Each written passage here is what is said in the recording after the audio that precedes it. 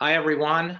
I'm Bill Squadron. I'm president of Our Energy Policy, and welcome to our webinar today, part of our Energy Leaders webinar series. Today, we're going to be talking about transportation fuels. In fact, we're going to be doing this today and in 2 weeks. It's such a critical part of our energy mix, and we're going to be talking about it today in part related to policy and climate. We're then going to follow it in a couple of weeks talking about transportation fuels in the context of energy independence for this country and energy security. But today we are very privileged to have with us a couple of extremely distinguished speakers, very knowledgeable in this space. Richard Kauffman, chairman of NYSERDA, and Kathleen Theoharides, who is the Secretary of Energy in the state of Massachusetts, and it will be moderated as a conversation initially by Bob Stout, who's Vice President and Head of U.S. Policy for BP America, and then we're going to open it up to questions from all of you. First of all, I'd like to thank all of our partners who support this series: Broadscale, Con Edison, U.S. Grid, Schiff Hardin, National Grid, and particularly BP, who is underwriting this series. But I also want to make sure you're aware of the fact that we really welcome your questions. There is a questions tab on the right side of your screen. If you do have questions, please identify yourself and type them in and hit submit. We will get to as many questions as we can. We're going to open it up to questions about 35 or 40 minutes into the discussion. So if you can submit them, that would be great. And the other thing is, for those of you who have engaged in our online discussions, and for those of you who I hope will engage in them on our website, we are actually going to be continuing this conversation in an online discussion afterwards, so that we're going to open it up to further conversation about the topics that are discussed today, and we welcome all of you to participate in that online discussion through our website, and we'll certainly give more information about it as we sign off. With that, I just want to thank all of you. I hope everyone stayed safe and healthy during this time. We're obviously all dealing with great challenges in the world around us. We have, I think, a shared commitment, certainly at OEP, and I'm sure everyone on this call, to dealing with all these issues around racial injustice and inequity that we are all more and more conscious of and committed to doing far more than we have to date to address this profound problem. And we wish everyone well. We are very grateful for your taking the time to join us in a thoughtful discussion today about transportation fuels. And with that, I'm going to turn it over to Bob Stout, Vice President and Head of U.S. Policy for BP America. Bob. Thank you, Bill. Hopefully everybody can hear me clearly. It really is quite an honor for me to be moderating this panel today. We have two very distinguished leaders. Obviously, climate policy is an area of great interest to BP, having recently adopted an ambition of reaching net zero by 2050 as a company and helping the world get to net zero, and to advocate for policies. And so we're involved at the federal level as well as the state level, including the Transportation Climate Initiative and the RGGI program. So I could spend a long time going through the biographies of these distinguished panelists, but I'll just say that Secretary Theoharides, in her role as secretary, oversees 6 national environment and natural resources agencies throughout Massachusetts, has worked in Washington on climate policy, and is also playing a key role in the Transportation Climate Initiative. And Richard Kauffman, in addition to being chair of NYSERDA, as many of you know, was also the energy czar, served as the energy czar for Governor Cuomo, and continues to advise and has been instrumental in New York's comprehensive energy policy. And both of them are deep experts who've really made a lot of impact on these issues, and with also a strong interest in transport. So what I'd like to do is just lead through a series of questions, and then after that, we'll open it up to the audience. And the first one, just sort of a general one, maybe starting with Katie and then going to Richard, is just curious on your thoughts at a broad level of what our priorities should be with respect, and our goals with respect to implementing change in the transport sector. Well, thank you, Bob, and thank you to our Energy Policy and BP for having us today. You mentioned net zero and that the company has made a commitment to 2050, and I know this is true of New York as well. Massachusetts and Governor Baker has established a net zero by 2050 goal, which makes us one of, I think, 4 U.S. states who are committed to using the latest science from the IPCC to really chase down these emission targets by the middle of the century to avoid the worst impacts of climate change.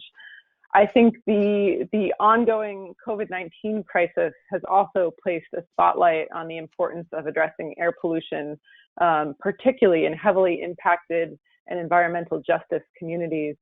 Pollution from our cars and trucks is really a leading source of 2 of the most important pollutants impacting respiratory health, which I think we're much more acutely attuned to right now in this moment. But particulate matter, particularly PM 2.5, as well as ultrafine particulates and nitrous oxide. And these emissions are concentrated in urban areas near highways and ports, and disproportionately in communities of color. We know and have known that long-term exposure to these pollutants is tied to higher rates of asthma and cardiovascular disease, and that PM 2.5 and nitrous oxide have now also been linked to higher COVID-19 death rates. And so there's a tie between, a very strong tie, I think, between climate change and the ongoing public health crisis in terms of pollution from the transportation sector. We know this is a public health crisis for many communities, and we've been looking and continue to look to address this challenge as quickly and effectively as we can.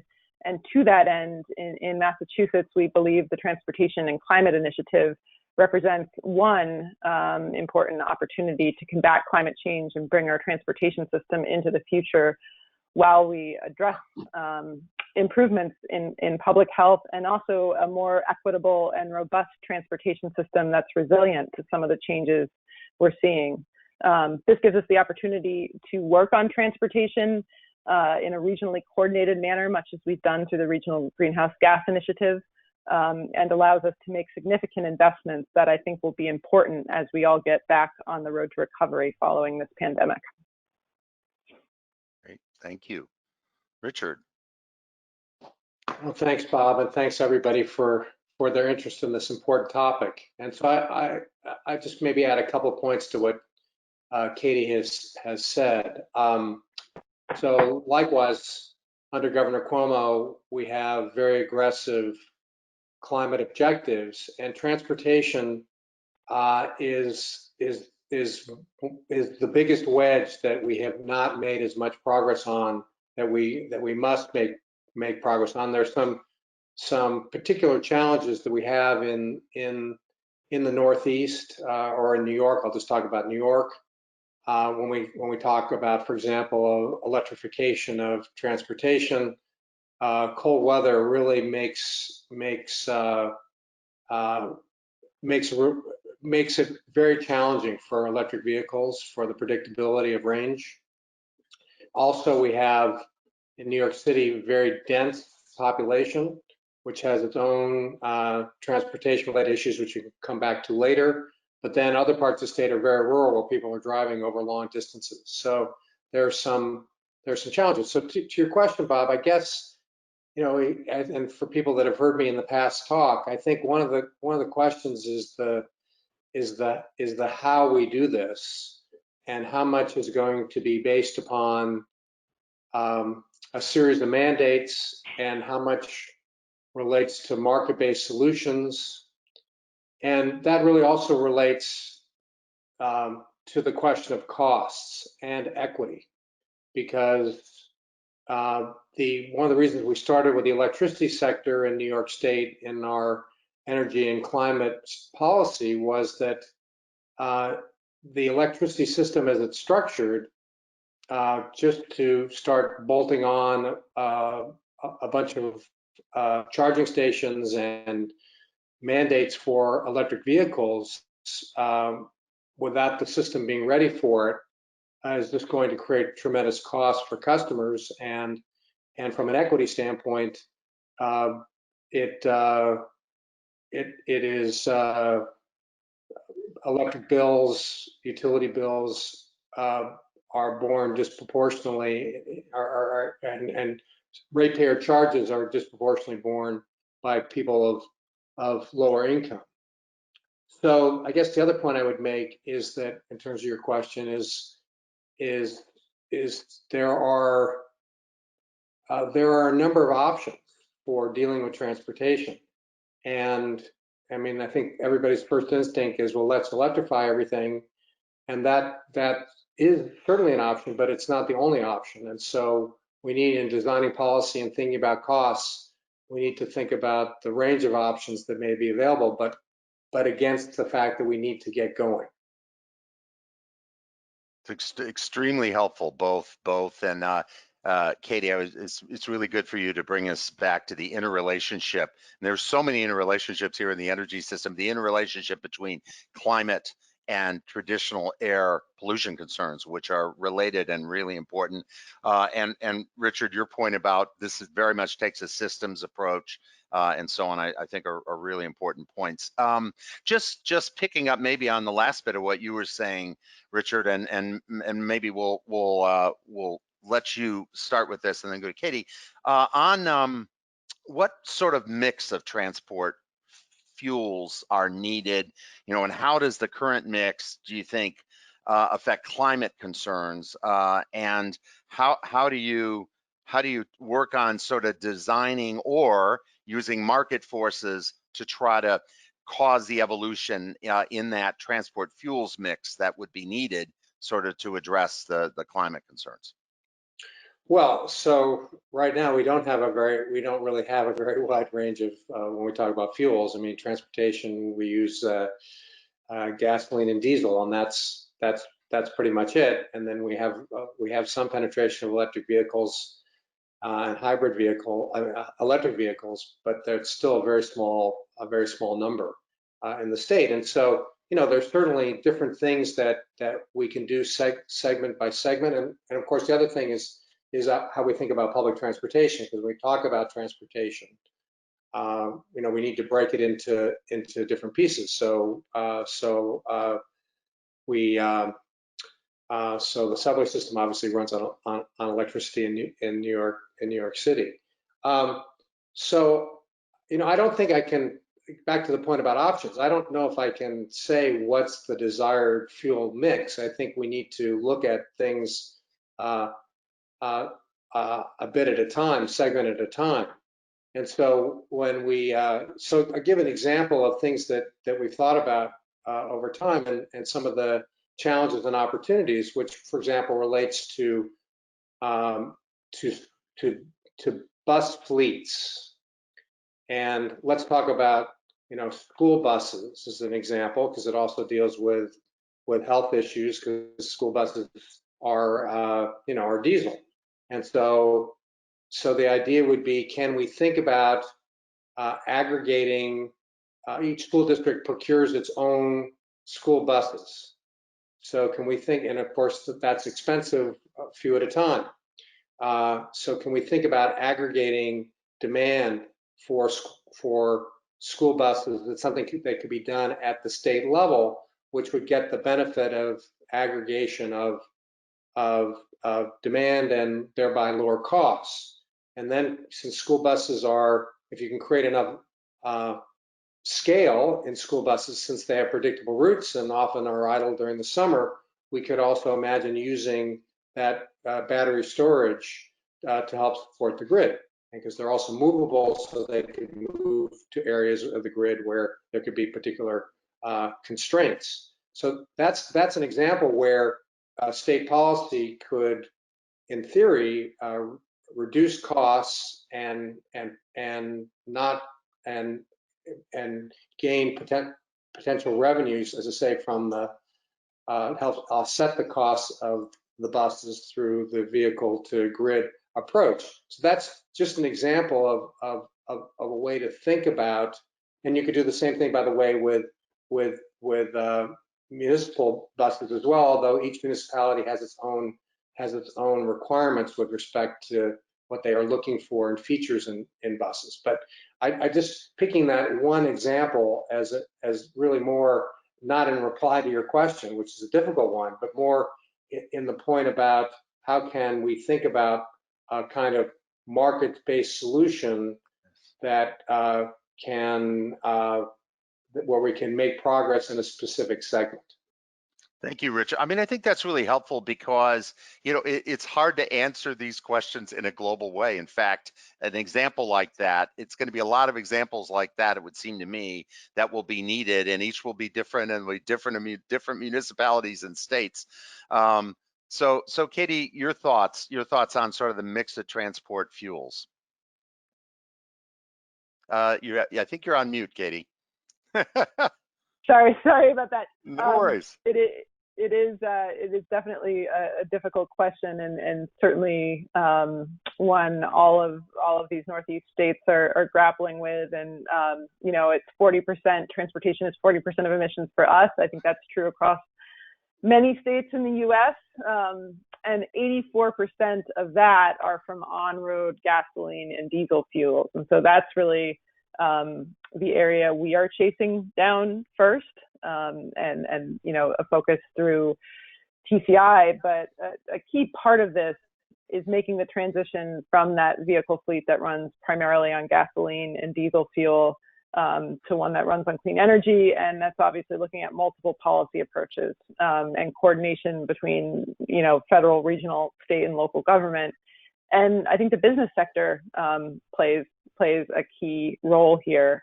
There's a significant and critical role in the advancements we've made on the transportation side of emissions have largely been due to the ZEV and CAFE program. And so we need technology forcing regulations that ensure that automakers are working to make the cleanest possible vehicles available. We've also seen the importance of incentives and infrastructure programs at the state level. We have a more EV vehicle program for rebates for purchase of EV vehicles. Very, very popular. We ran out of funding for it last year.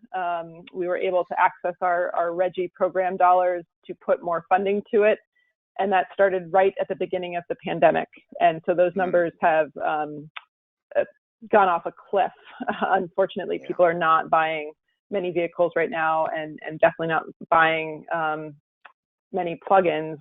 But one of the things I happen to have a plug-in hybrid, and it's nice because I hardly have to go to the gas station during a pandemic. You know, you're able to charge at home, and I think it has an ancillary benefit that was not as clear to me before the pandemic. But we also invest in Massachusetts in charging stations and infrastructure, and knowing that that's a key challenge in sort of the believability of some of this technology. And I agree with Richard that the technology itself is not without challenges in our climate.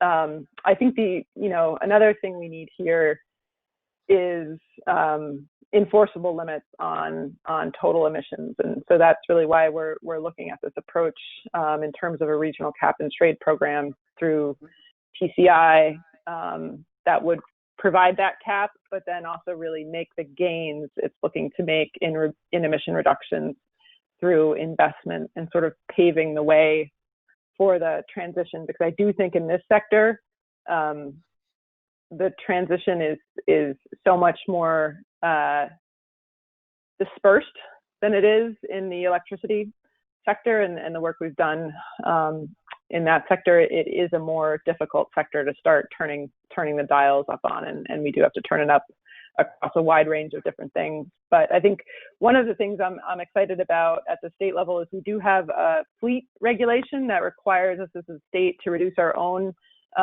emissions from our vehicle footprint every year as part of our Global Warming Solutions Act. And so it's a mandatory emission reduction. And to that end, we're looking at fleet vehicle purchasing programs that could help us start to modernize our fleet and reduce emissions. So one area I think which has its small potential, but the advantage of getting that model right is we can help municipal fleets and others do the same kind of thing. So could I just build on Katie's point about the infrastructure charging stations? Because I think it does seem to be the case that that range anxiety is a limiting factor in penetration of electric vehicles. And so if you compare the United States, for example, to Europe, even though we can point to California as really being the leader, and it certainly is the leader in electric vehicles, very dramatic growth of electric vehicles. They've made a big commitment to the investment in charging stations. But, I think there are 180,000 charging stations in Europe, and I think there are about 25,000 charging stations in the United States. So, I mean, we are really we have a long ways to go in terms of penetration of charging stations, and it is the classic chicken and egg phenomenon. So I think in New York, we have about 1,300 charging stations right now. NYPA is committed to having 3,000 charging stations. So the challenge is, how do you pay for this? Because utilities are willing to step up and put charging stations into the rate base, but with low average capacity utilization, which they will have initially, it means that rates will go up for customers. So again, it goes back to this issue of equity at the beginning. So we know over time, once there's high average capacity utilization for charging stations, that's when market actors should come in and commit the capital to put more and more charging stations. Yeah. But it's getting from here to there that's a real challenge. Absolutely. No, I think that's a key point. And, as BP, we own the largest EV charging network in the UK. And I know we're looking at trialing some fast charging stations in New York as well, and looking at other opportunities in the US, because it is a business opportunity. But so being the head of policy for BP, of course, the word policy's come up a couple times, and I've been trying to keep it more general, but I'd love to talk more about that. You both have touched on a number of important things. I was going to ask Katie, thinking about the Transportation Climate Initiative, both in terms of Massachusetts and regionally, just how that is sort of market-based, setting a cap, but also providing revenues that could be used. I'm just curious, our view as BP, I'll state pretty clearly, is that state climate policy is extremely important, and we have been focusing increasingly on that, especially if you have the opportunity to do that regionally. But how could TCI sort of catalyze these various sort of policies, obviously accompanied, as you rightly say, by regulatory policies as well? But just curious, how do you see that, and what are the opportunities, and maybe what are the risks as well as that rolls forward?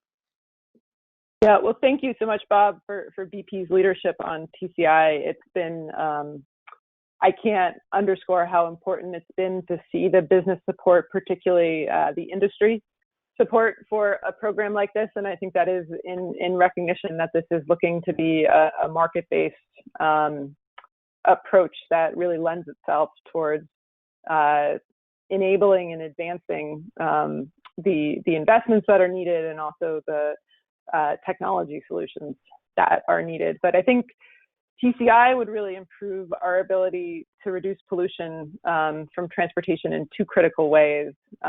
First, as I mentioned, it would create that overall limit on the total quantity of global warming emissions allowed from transportation, and provide us with that tool to create those enforceable reductions year over year as we go into the future. The limit would go down each year. Companies that distribute gasoline and diesel fuel would be required to purchase allowances under that limit. And then as we ratchet down the number of allowances available, TCI would limit the amount of pollution emitted each year. But those allowances essentially would provide funding to the states to really pave the path to getting towards this clean transportation system. The idea here being that there would be a great deal of burden placed on if we suddenly had regulations without the corresponding investments to help us get there.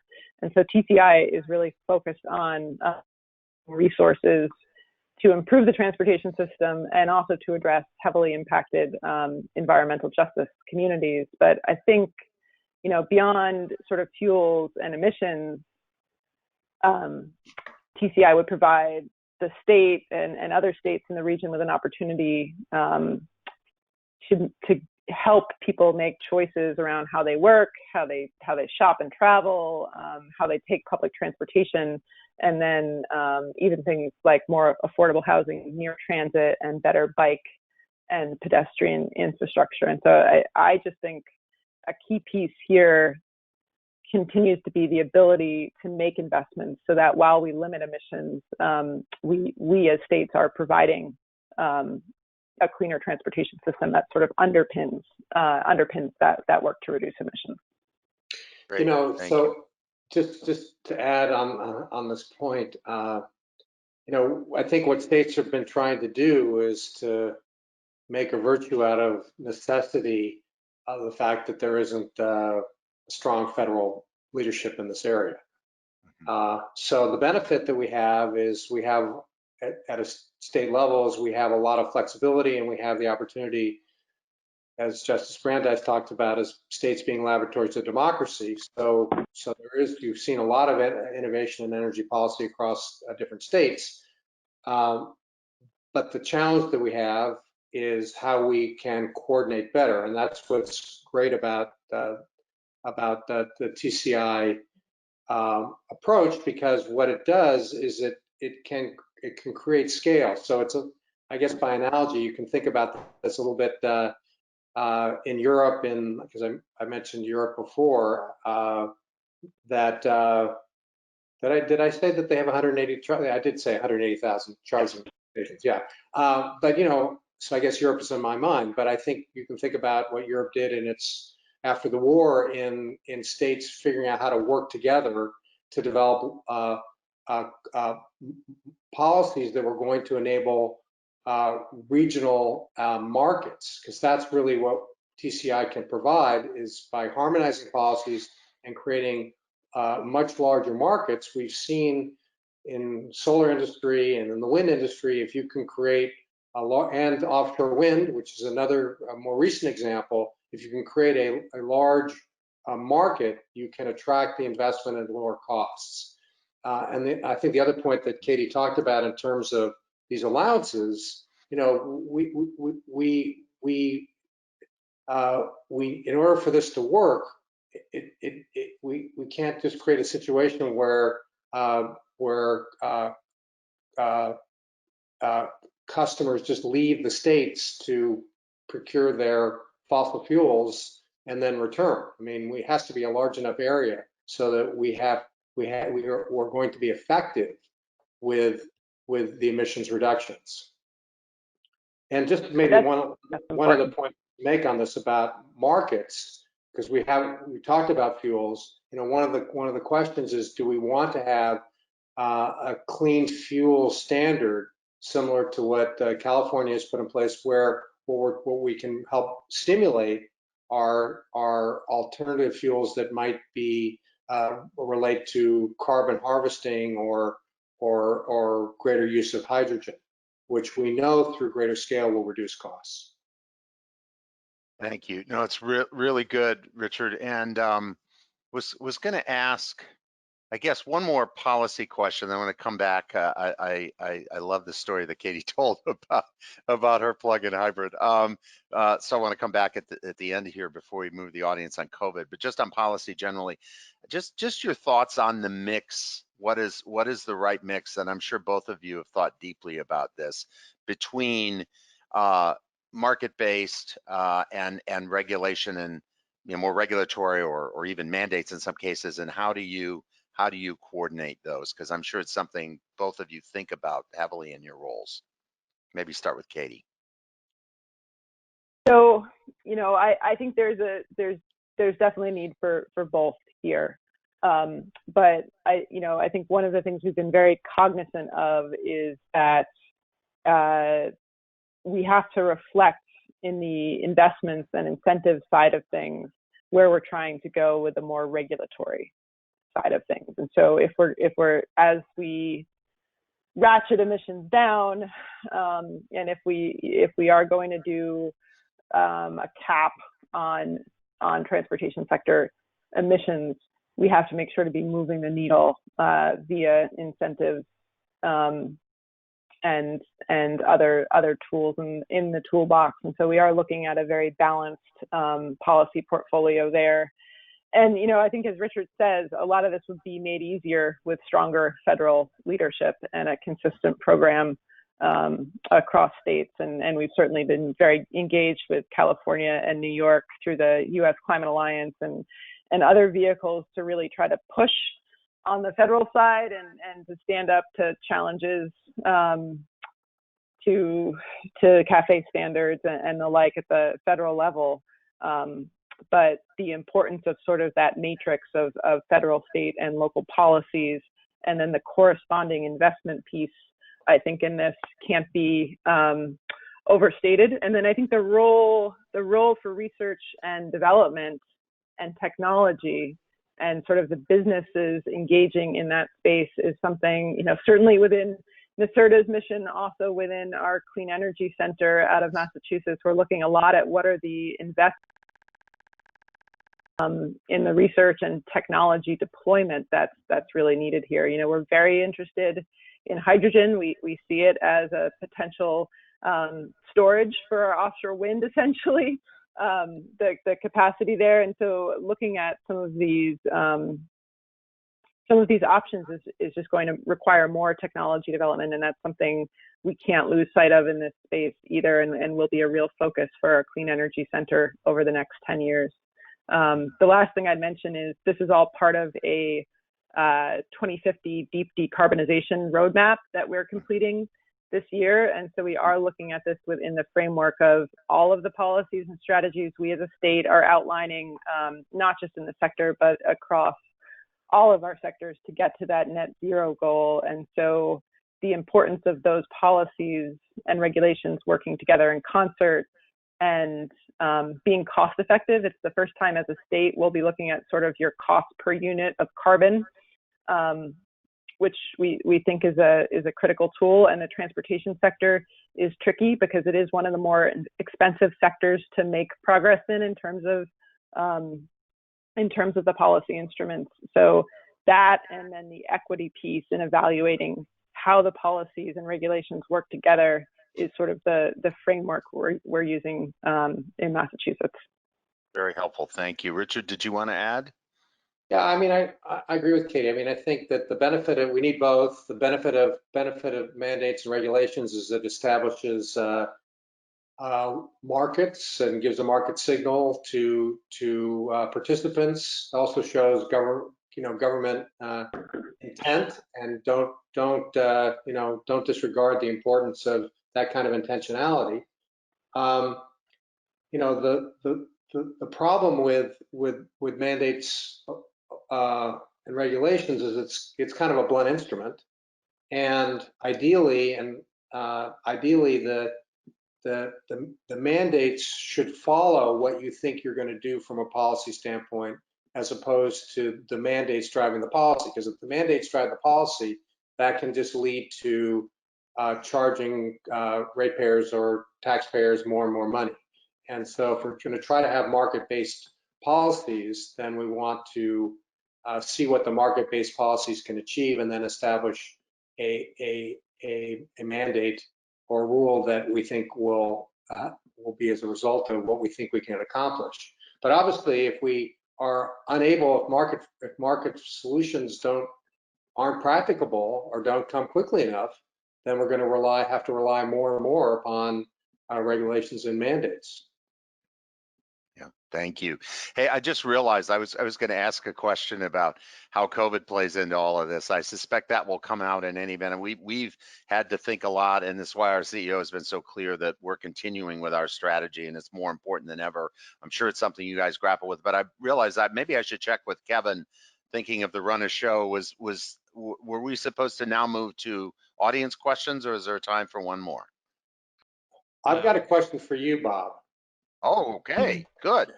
So Yes. the question for you is, I know that your industry you've talked before how you've made investments in charging stations, but I know that your industry has, I believe Shell is offering a product in the Netherlands where there's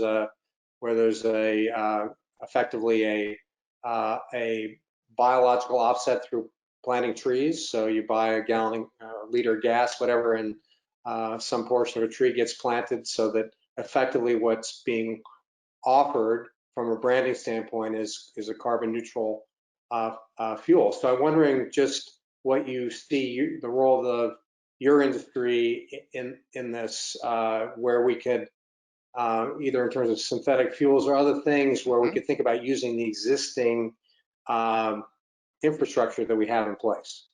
Yeah, no, thank you, Richard, for the question, because it's really important. And one of the things that our CEO says all the time is climate is a huge risk, but we should be viewing this as a business opportunity for the company to do the right thing for the environment, but also to really do some good business. It's one of the reasons we think TCI and RGGI are good policies. So we also have something called BP Target Neutral, where we do offer offsets in a variety of different contexts. I know we've done it as well with natural gas sales, as well as gasoline and fuel sales. Interestingly, we made a major donation of jet fuel. There was a $2 million donation in response to COVID for use in transporting supplies as needed in Alaska and other places, and we offset that using that program. So offsets are one good example. We're very invested in biofuels. We have a very large venture in Brazil in biofuels, and I mentioned the EV charging work. Another interesting one, which talk about hard to decarbonize, jet fuel, very hard to decarbonize. But there we have a venture called Fulcrum we're invested in, which is using municipal waste to create biojet fuel. So those are just a few examples. Obviously, we're very invested in wind and solar, both in the US and in Europe. And I think in September, we set in February this major net zero ambition. And in September at our Capital Markets Day, we'll be describing in a lot more detail how we will continue to build and scale up some of these additional businesses. One other thing I want to mention about this too that I think is really important, and it ties in with your role as well as the role of cities and regions and so on, is we also have done a major reorganization of the company. We're really we're reimagining energy and reinventing BP. And we among those, in addition to breaking down the downstream and upstream, which is a typical sort of functional organization, we have a group that is dealing with regions called Regions, Cities, and Solutions. So they're reaching out to major companies and then regions and cities to say, okay, what are the range of energy needs that you have, taking your climate ambitions into account, which are very much typically, hopefully, going to be net zero, aligned with us, like Massachusetts and I think New York as well. And how can we do that? So, for example, the city of Houston has developed a major pathways initiative, and we're working closely with them on that. So I think, and those kind of things are important if you want to change as a company, and we are changing. In order to meet, you have to have the right structure and the right business organization to do that. So, thanks, Richard. So Kevin, do we have do we have questions from the broader audience that we need to go to now? We do. As a quick reminder to our audience, there is the questions option on the right-hand side of your screen in your GoToWebinar interface. If you'd like to ask a question of our speakers, please feel free to enter it there and we'll go ahead and throw that out for discussion. So question number 1 from Alan Kolner. With hydrocarbon prices relatively low at this time, doesn't it make sense to increase gasoline taxes to provide the incentive for people to use less, either through vehicles that have higher mileage or a switch to EVs? Recognizing the regressive nature of this tax, is there a way to refund the money based on income?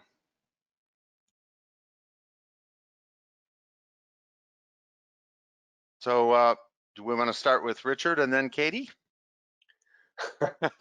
Or Katie and then Richard? There was a big pause there. I'll tell you what, I'll answer the second part. It's a good question. Yes. Hard question. The second part of the question is yes. And I'll give the first part to Katie. Thanks.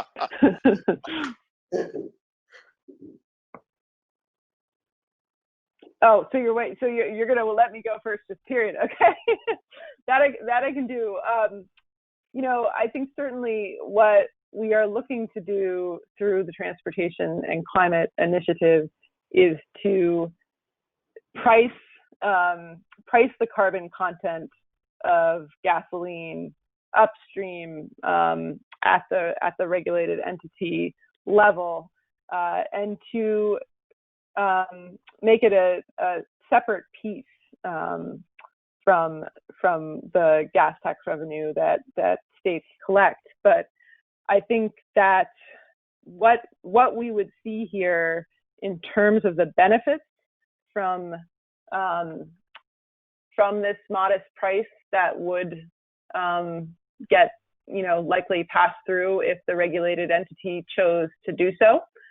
What we would get in terms of the benefits is the ability to really invest in our transportation infrastructure and in public health at a time when we'll be on a path from recovery from this pandemic. And so I think what we've seen with the investments we were able to make through the Regional Greenhouse Gas Initiative and the way the economies in the Northeast continued to swing up as we priced fuels through that initiative really is a great parallel for the Transportation Climate Initiative and the proceeds that would be unlocked and then reinvested in infrastructure through the program.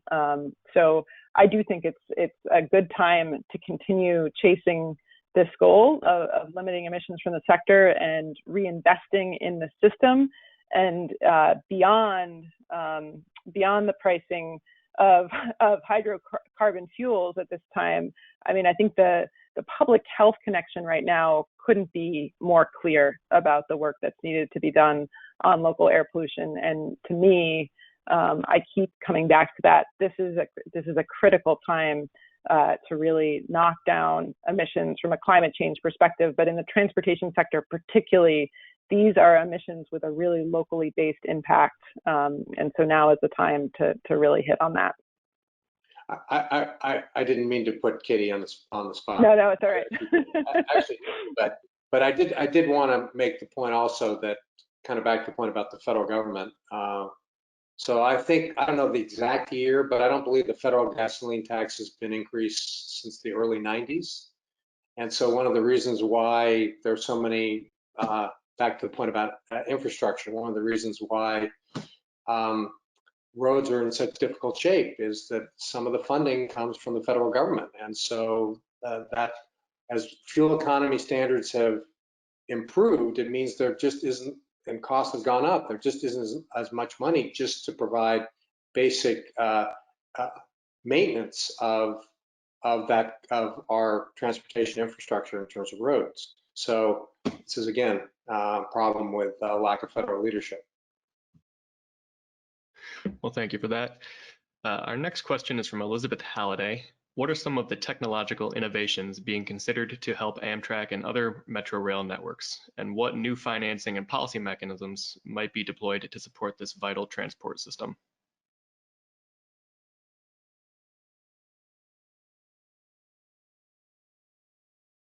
Would like to address that one. Well, Richard, thoughts?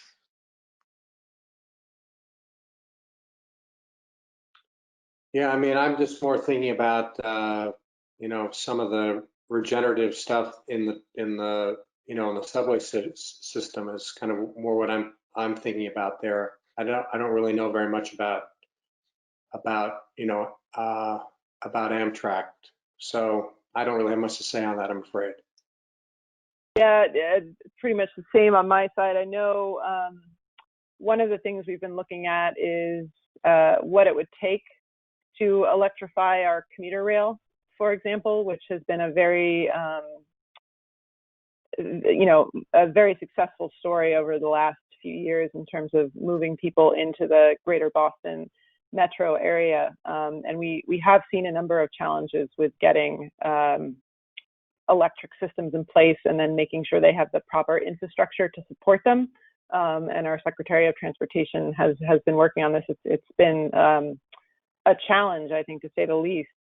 I would say one of my concerns coming out of the pandemic is making sure that people continue to use public transportation, period. And so this is not a technology answer, but I do think we are seeing a significant challenge in terms of getting people back to transportation and making sure people feel safe going forward, because we've made a lot of progress in that area, and I think we really don't want to see people shifting back into vehicles and off those systems. So not a technology answer, but something I am thinking quite a bit about.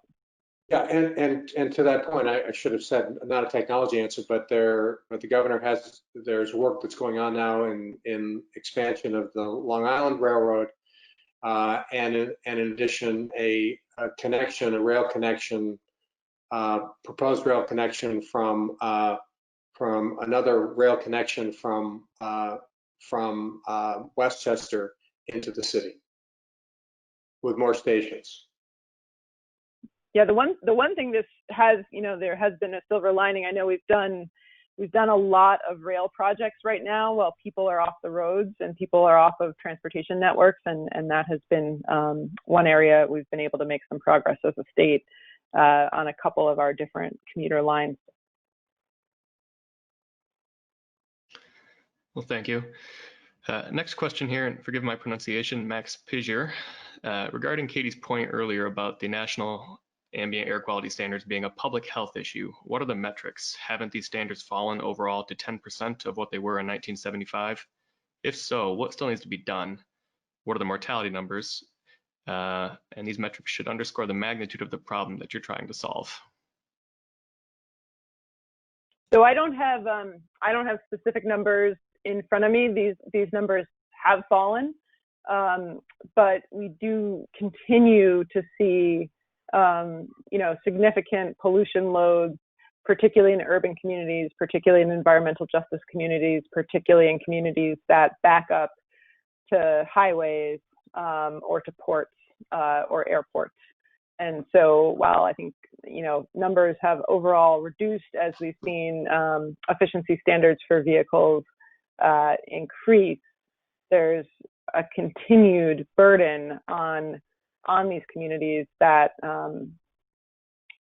really is going to continue until we make more of a transition to clean vehicles, period, in communities that see a lot of congestion. And this goes to Richard's earlier comment on school buses.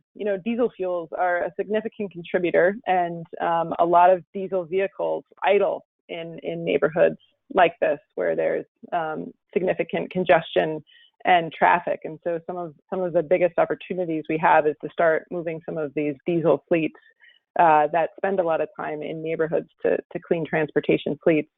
But we do see, and we are doing through the Transportation Climate Initiative, work that's being led out of Harvard University, looking at precisely the public health benefits that a cap and trade program would have for communities across the region, and then doing a snapshot look into some specific communities to look at those benefits. And we believe making the link is critical and is just a very important piece of this program.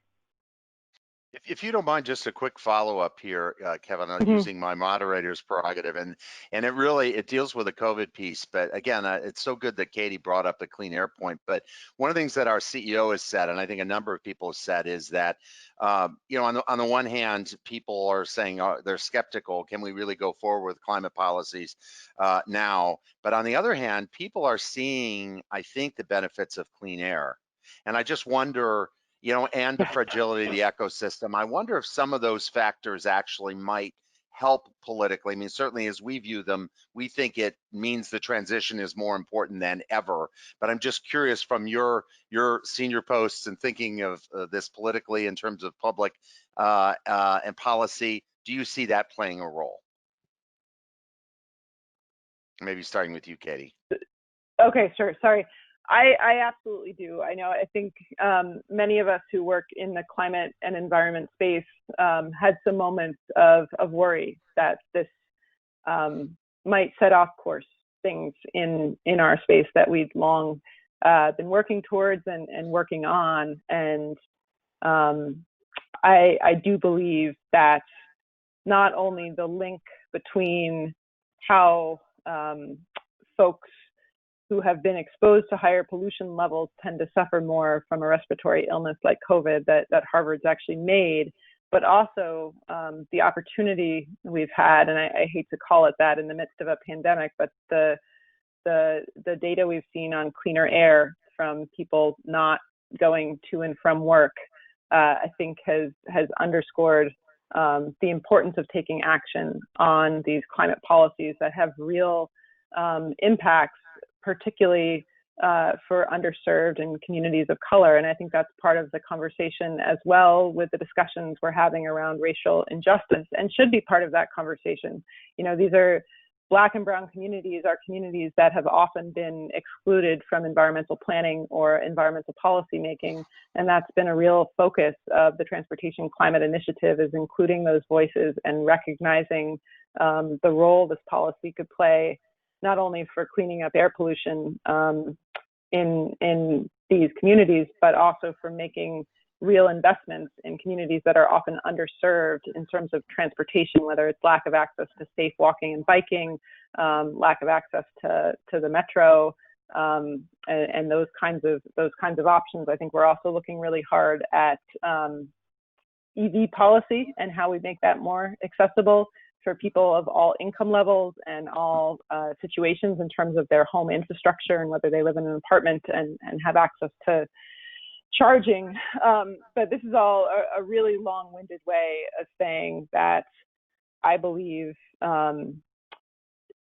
that while the pandemic may make some of our work necessarily slower, because we've all had to take a break and allow our governors to focus on the immediate crisis, the underlying importance of acting on climate, I think, has become even clearer, and also the importance of addressing something like this proactively, rather than having it creep up on us unexpected, as I think I would argue this pandemic has done, at least at a national level. Thank you. It's really helpful. Richard, any thoughts you want to add on that? No, not at all. Thank you. Hard to top that one. Thank you, Katie. I'm sorry. Back to you, Kevin. Well, it looks like we have time for 2-3 more questions, possibly. We have had a few questions on environmental justice come in. We'll throw one out and feel free to speak to that issue a little more broadly as well. This is from Joanne Ivancic. Since environmental justice communities probably won't be able to afford EVs for a while and will be using internal combustion engines, could a priority of TCI investment be infrastructure for legacy vehicles to use cleaner, less polluting fuels?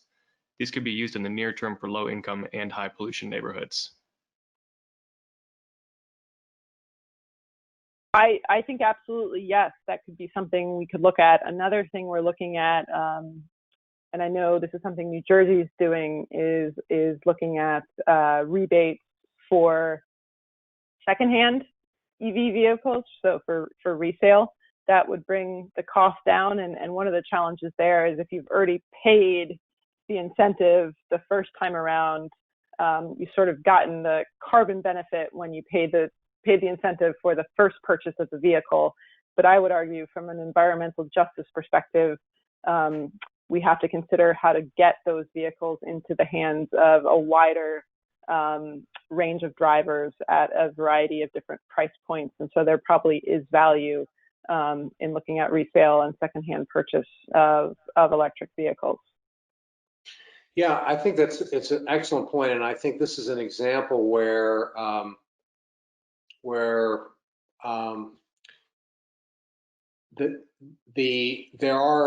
there are some market-based solutions that and I think often when we think about low to moderate income communities, we think, well, there just has to be, the solution has to just be grants, and grants are certainly appropriate in some cases where a market-based solution can't take place.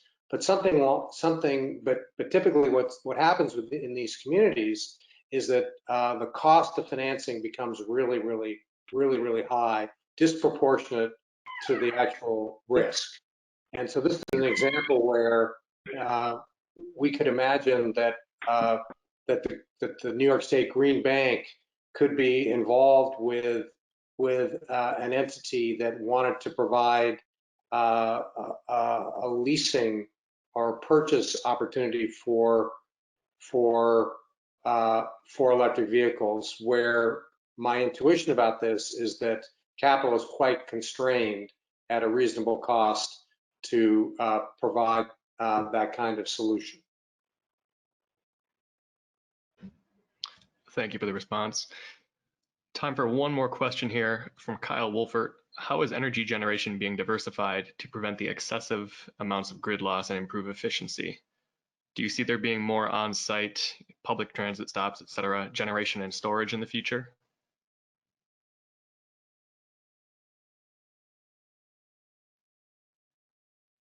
Richard, I believe you spoke a little bit to this earlier. More distributed, so I understand, more distributed generation around public transportation sites? Is that the question? Correct, yes. Do you see that as being a focus of initiatives such as the TCI? Well, maybe I'll take this. I'm not sure that in at least the way we've been thinking about distributed solutions in New York is it's only if we want to encourage distributed solutions in areas of the grid where those distributed solutions are good, not just in that location, but provide grid services so that the grid as a whole benefits. And that's one of the reasons why, as you know, I think we've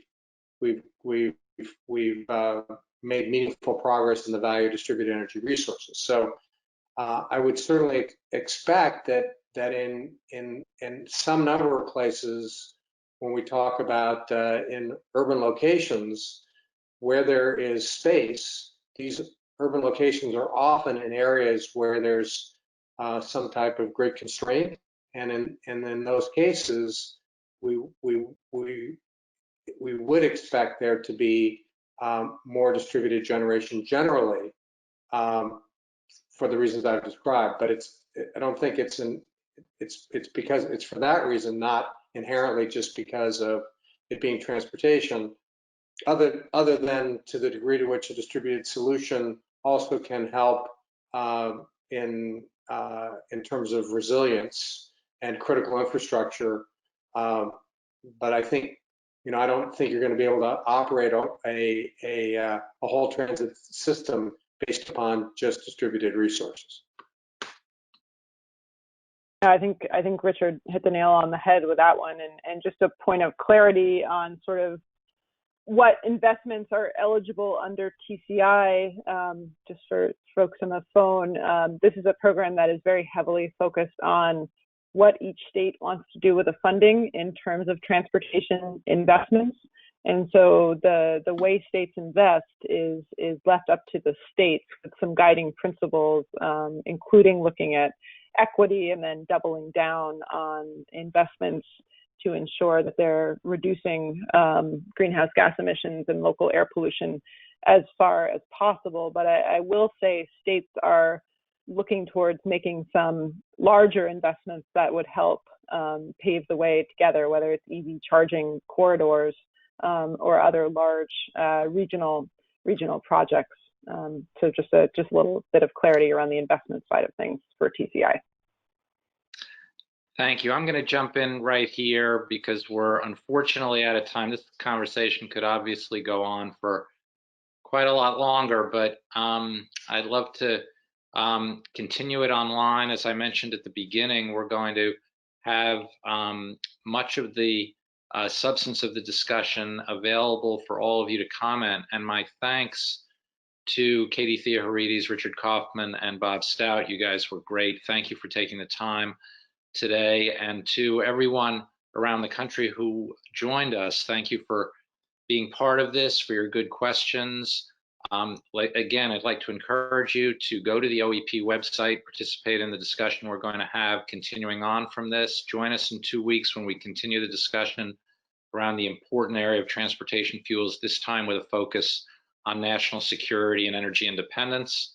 Of course, again, thank you to our partners, National Grid, Con Ed, US Grid, Broadscale, Schiff Hardin, and BP for your support here. I wish all of you good health and safety as we go forward. And thank you again for taking the time to join us. Have a good rest of the week. Thanks to everybody. Thank you. Thank you, Bill. Thank you, Bill.